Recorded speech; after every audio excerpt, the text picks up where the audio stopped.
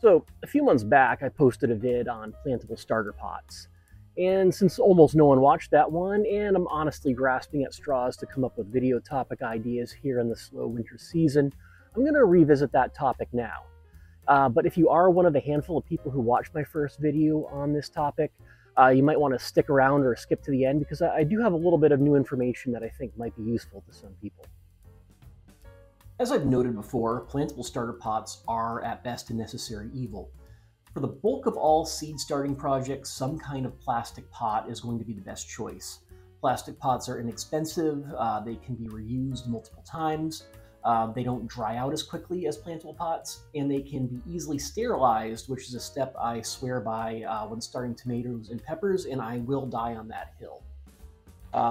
Like a lot of people, in recent years, I've started to go to and mostly use these inexpensive plastic red drink cups here. The big drawback to those is they tend to get top heavy, especially as the plants get bigger. They tip over when you move their starter trays. It's a real pain in the ass, but it's worth putting up with, due to all of the plus sides, especially the affordability.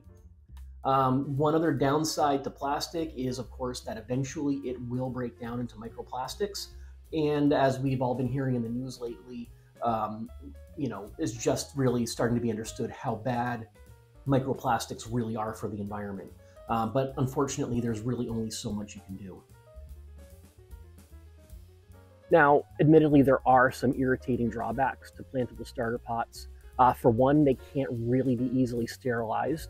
Moisture regulation is often an issue. I find that when I use them, either the outer shell of the pot kind of acts like a wick that draws moisture out away from the soil, and there's a lot of drying issues, or alternately, if I overwater even just a little bit, the whole thing molds over and turns into kind of a disgusting mess. Additionally, plantable pots aren't as biodegradable often as they claim to be, and they can take years to fully decompose. It's not to say that they're bad for your garden or adding anything toxic. They just don't do often what they're said to do. And finally, plantable pots are costly compared to plastic pots. They often run a little more per individual unit, and they can only be used once. Unfortunately, some plants are a bit sensitive to root disturbances and can be damaged or even outright killed during all of the trauma and activity that occurs when pulling a plant's root ball out of a plastic pot and then planting it in the ground. Squashes, beans, and most root vegetables are examples of some veggie plants that are susceptible to root shock and transplant disturbances. So if you need to start such plants indoors because, say, you have a short growing season, or in my case, because you need to start things so that they'll be producing before the worst of the heat starts in the summer, it might be worthwhile to consider using some kind of plantable starter pot. Rather than having to slide the root ball out of a plastic pot before transplant, with biodegradable plantable pots, you can just pop the whole thing in the ground when they're ready to go. And this eliminates or mostly avoids any kind of transplant shock that might otherwise occur. The idea is that the roots will grow through the pot, and that then the pot itself, before the plant is done with its life cycle, will dissolve or decompose. All right, so there's a number of plantable starter pot options on the market, but only a few are really practical. First up this is a cocoa coir pot, and as the name would imply, it's made from compressed coconut hulls, or husks rather, coconut husks. And these don't really break down. Cocoa coir doesn't really decompose, at least not quickly. But what happens is these compressed fibers, after they're planted, they decompress and fuzz out.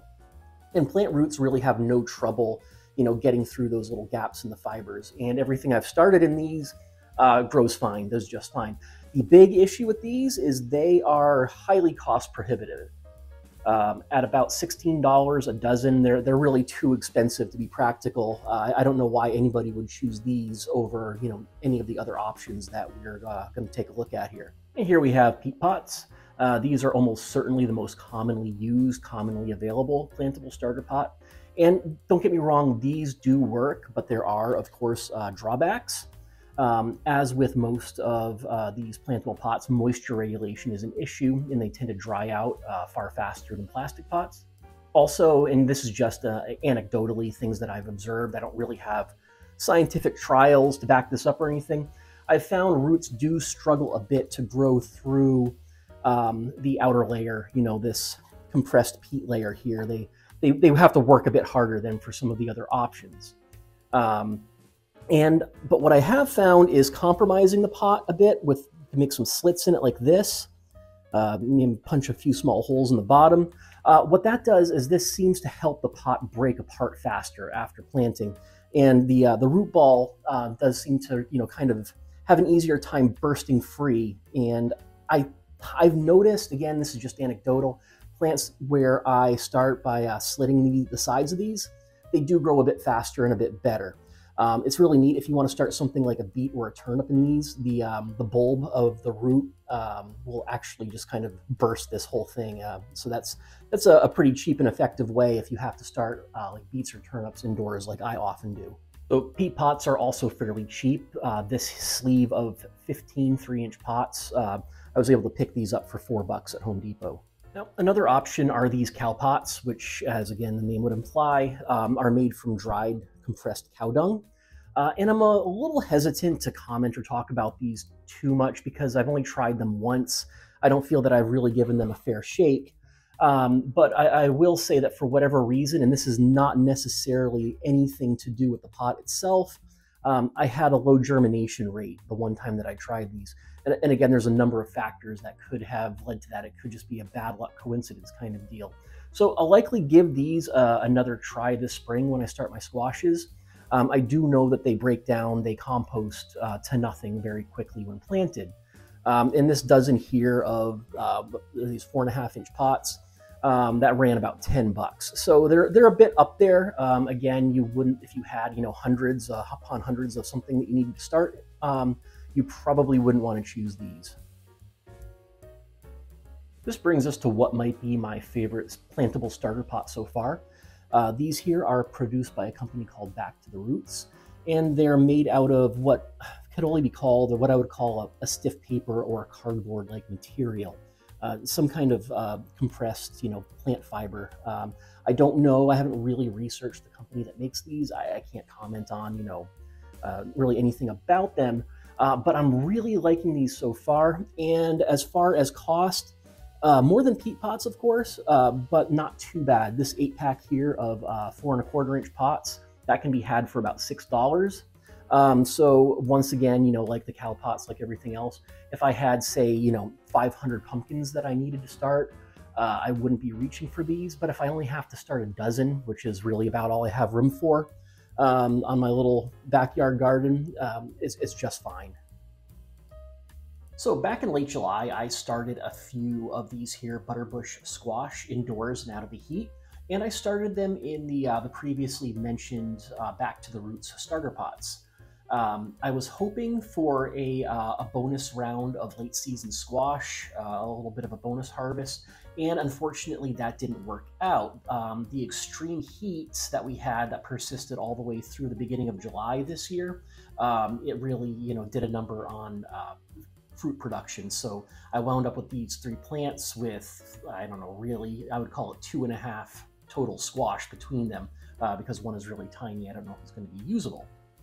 Now, while I might have only got 3 squash or 2.5 squash out of these, I did like the chance to test these new to me starter pots. So what I'm doing here, a few days ago, I harvested the squash and I pulled the plants to see what remained of the pots.